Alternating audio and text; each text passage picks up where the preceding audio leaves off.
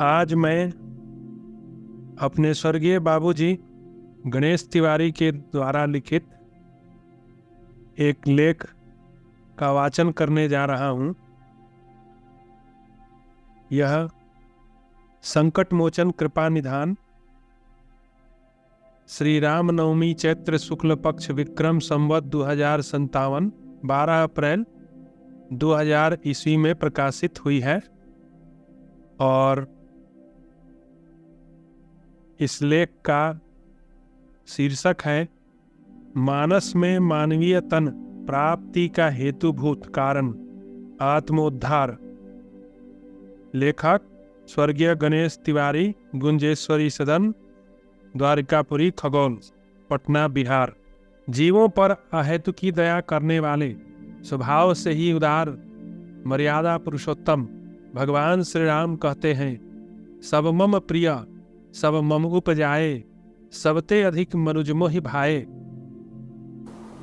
हे भाई, समस्त प्राणियों की उत्पत्ति का मूलभूत कारण तो मैं ही हूँ, अर्थात राम है, और सभी प्राणी मुझे प्रिय भी हैं, परंतु सबसे अधिक मनुष्य ही मेरा प्यारा है।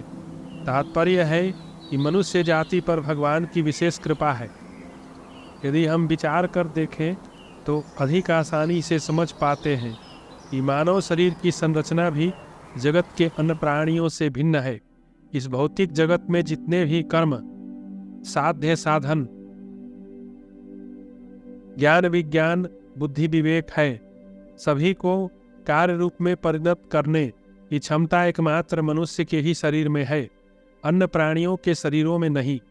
जीवों के लिए इस जगत में सबसे मूल्यवान पद है मोक्ष, जिसकी प्राप्ति की क्षमता भी इसी मानव शरीर में है, अन्य प्राणियों में नहीं। वेदांत का मत है कि मनुष्य ही एक ऐसा प्राणी है जो ईश्वर के निकट से निकट और दूर से दूर भी है। मानव का यह शरीर 5 महाभूतों से बना है। वस्तुतः यह शरीर जन्मात्र रूप है। यदि इसे कोई चेतन स्वरूप माने तो यह उसकी भारी भूल होगी। फिर जड़ स्वरूप होते हुए भी इस शरीर का महत्व इसलिए है कि इस शरीर रूपी मंदिर में अनंत शक्ति लेकर शुद्ध चैतन्य स्वरूप चिरंतन आत्मा निवास करता है। यह चेतन स्वरूप आत्मा परमात्मा का ही अंश है। मानव शरीर की जिस कोशिका में यह जीवात्मा निवास करता है, उसमें अनंत शक्ति सूक्ष्म रूप से अवस्थित है। हमें सभी शक्तियाँ, सभी ऊर्जाएं अंतरात्मा से ही प्राप्त होती हैं, किसी अन्य स्रोत से नहीं। यह चिरंतन आत्मा न तो भोजन करता है, न जल ही ग्रहण करता है। यह तो आनंद स्वरूप ईश्वर का अंश है। प्राण, अपान, व्यान, उदान, श्वास, समान और अन्न, यही सब मिलकर प्राण कहलाते हैं, जो अन्न और जल से सुरक्षित रह कर हमारे इस शरीर की रक्षा करते हैं। भूल से इन्हें आत्मा नहीं समझना चाहिए। इस परिप्रेक्ष्य में वेदांत का एक उदाहरण द्रष्टव्य है। बृहदारण्यक उपनिषद में कहा गया है, क्या तुम्हें आत्मा का स्मरण नहीं रहा, जो शरीर में प्रवेश करके प्राण, अपान, व्यान, उदान और समान की क्रिया करता है। वह आत्मा है दृष्टि का दृष्टा, श्रुति का श्रोता, मति का मंता और विज्ञाति का विज्ञाता। आत्मा अजर अमर शाश्वत चिरंतर है। यह ईश्वर का अंश है। इस जगत में पदार्थ नाम की कोई ऐसी चीज नहीं है जो उसको संतुष्ट कर सके। वह अनंत है और अनंत सत्ता से तजुर्बता के सिवा किसी अन्य साधन से संतुष्ट नहीं हो सकता। आत्मा न स्त्री है न पुरुष, वह निर्लिंग है। इसके दूत रूपी यंत्र हैं। मन, बुद्धि, चेतनाएं और वाणी, इन्हीं के द्वारा यह बाह्य जगत का आनंद लेता है। परापश्यंती मध्यमा रूप वाणी नाद रूप ध्वनि से अमृत की वर्षा करने वाली है, और यह तभी सार्थक होती है जब साधक की दृष्टि अंतर्मुखी होकर आत्मपद अर्थात मुक्ति की ओर अग्रसर होती है। जन्म जन्मांतर की लंबी अवधि तक ऊंच नीच अनेक योनियों में भटकने के बाद जीव को मानव तन की प्राप्ति होती है। जीव का मानव योनि में आने का एकमात्र लक्ष्य है आत्मपद प्राप्त करना, अर्थात बंधन से मुक्त होना। पर वह अपने मूल उद्देश्य से भटक कर इसी जगत में सुख पाने की अभिलाषा करने लगता है। आत्मा परमात्मा के बीच माया का एक प्रबल पर्दा है। जिन्होंने मन को नियंत्रण में रखकर माया रूपी मोह के पर्दे को उठाया, वे बंधन से मुक्त हो गए, और जो वैसा न कर सके तो निश्चय ही दुर्गति में पड़ जाते हैं। सभी वेदांतवादी एक स्वर में कहते हैं कि इस जगत की उत्पत्ति मुक्तावस्था से होती है।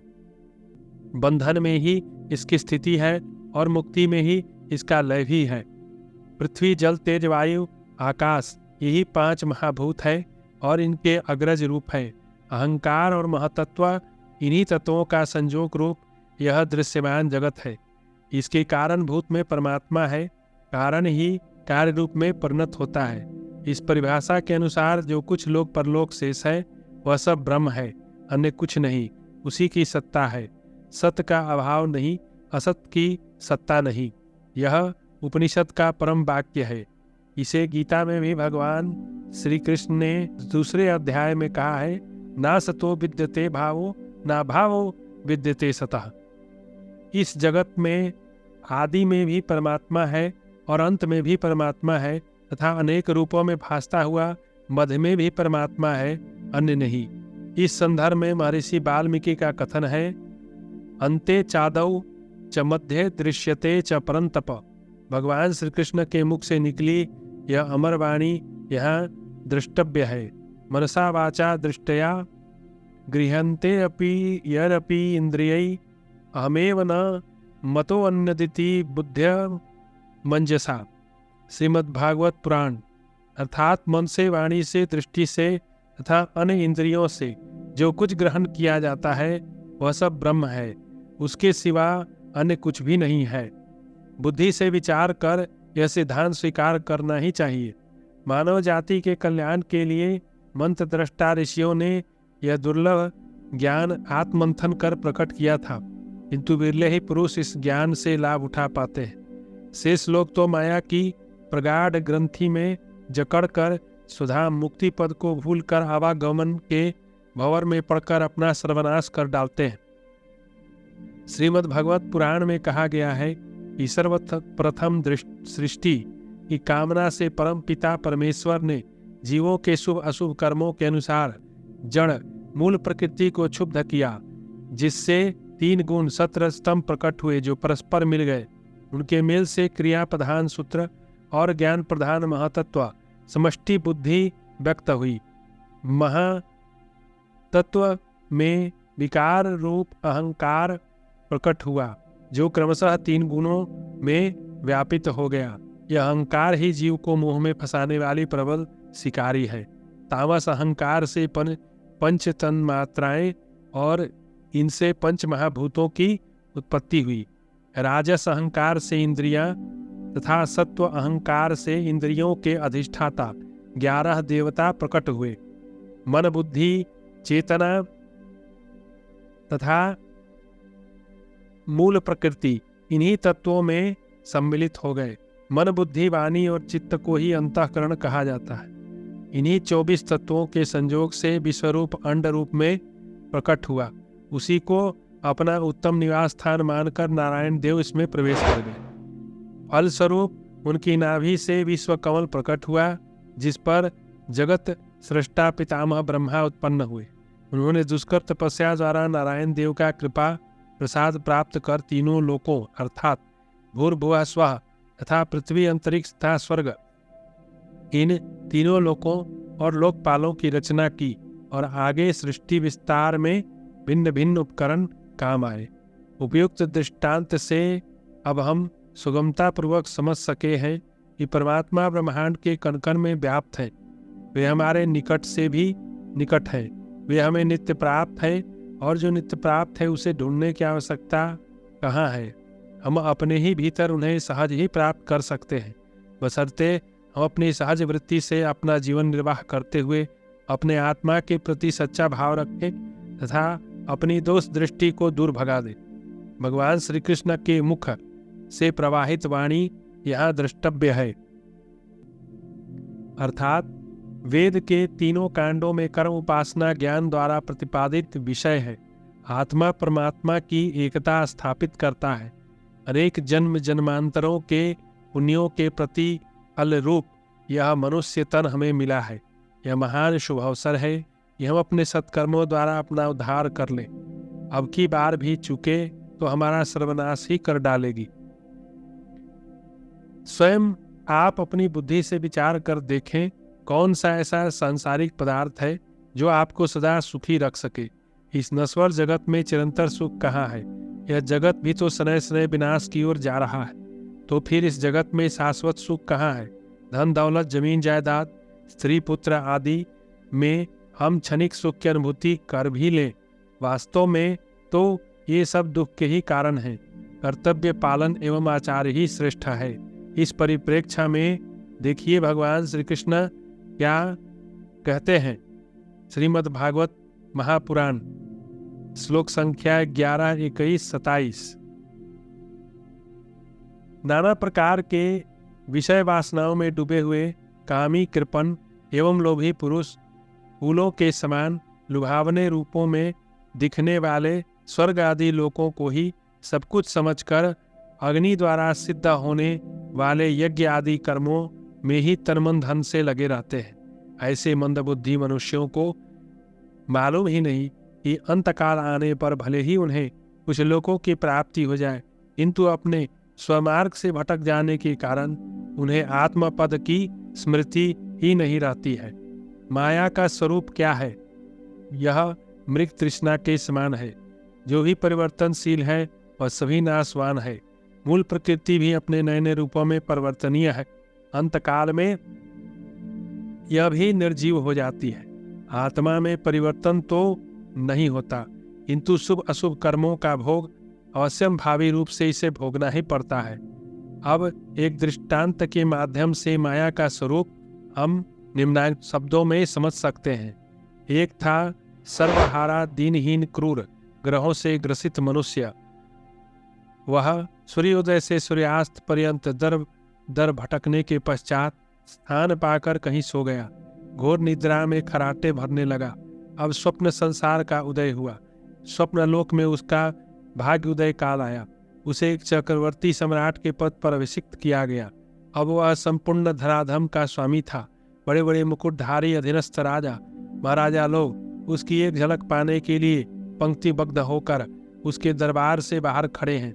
संगीत नृत्य के मादक स्वर ध्वनि से उसका राजमहल प्रतिध्वनित हो उठा है। उसके दृष्टिपथ में सहसा पड़ जाने से विद्वान लोग भी सहम जाते हैं। सेवकों की तो बात ही क्या है।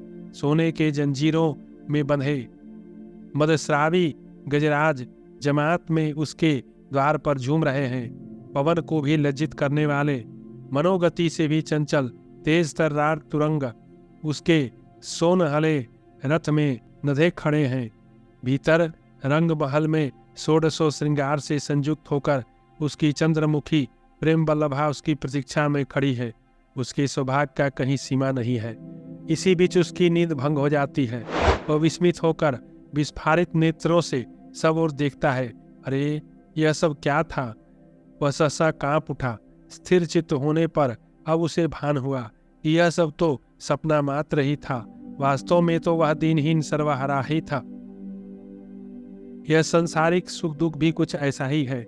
स्वप्न की तरह ये आते हैं और वैसे ही चले जाते हैं। यही माया का खेल है। इसी चक्कर में पड़कर हम सत्कर्म से हटकर अपना सर्वनाश कर डालते हैं। मानव जीवन बहुत छोटा है। उन मनुष्यों के लिए तो यह और भी छोटा है जो ज्ञान की खोज में लगे हैं। अतः इसी छोटी सी जन्म मरण की अवधि में हमें सत्य मार्ग पर अग्रसर होकर कुछ कर लेना है। शुभ अशुभ, पाप पुण्य, भला बुरा, सत्कर्म दुष्कर्म का ज्ञान सभी को है। फिर हम अकर्णीय कर्म को क्यों प्रवृत्त होते हैं? क्योंकि हम बुद्धि से प्रेरित होकर तर्क वितर्क का आश्रय लेकर प्रलोभन में पड़ जाते हैं और आत्मा की आवाज को आदर नहीं देते। यह सत्य है कि जब कभी हम कोई दोषपूर्ण कर्म की ओर बढ़ते हैं तो हमारा अंतरात्मा आवाज बुलंद कर हमें उस दुष्कर्म की ओर झुकने से रोकता है, किंतु उसे दबाकर हम तार्किक बुद्धि का आश्रय लेते हैं और अपना सर्वनाश कर डालते हैं। अज्ञान क्या है? जानते हुए भी गौरव न देना ही अज्ञान है। इस जगत में जितने भी सुख के साधन हैं उसका अंत दुख में ही होता है। सुधर्म पालन, सच्ची स्ववृत्ति से जीवन निर्वाह हमें दुर्गति से बचाता है। अंधविश्वास और ढोंगियों के ढकोसला से सदा सावधान रहिए। परमात्मा तो हमें नित्य प्राप्त है, साक्ष्य रूप से वे हमारे हृदय मंदिर में विराजमान है। उन्हें ढूंढने के लिए कहीं दूर जाने की आवश्यकता नहीं है।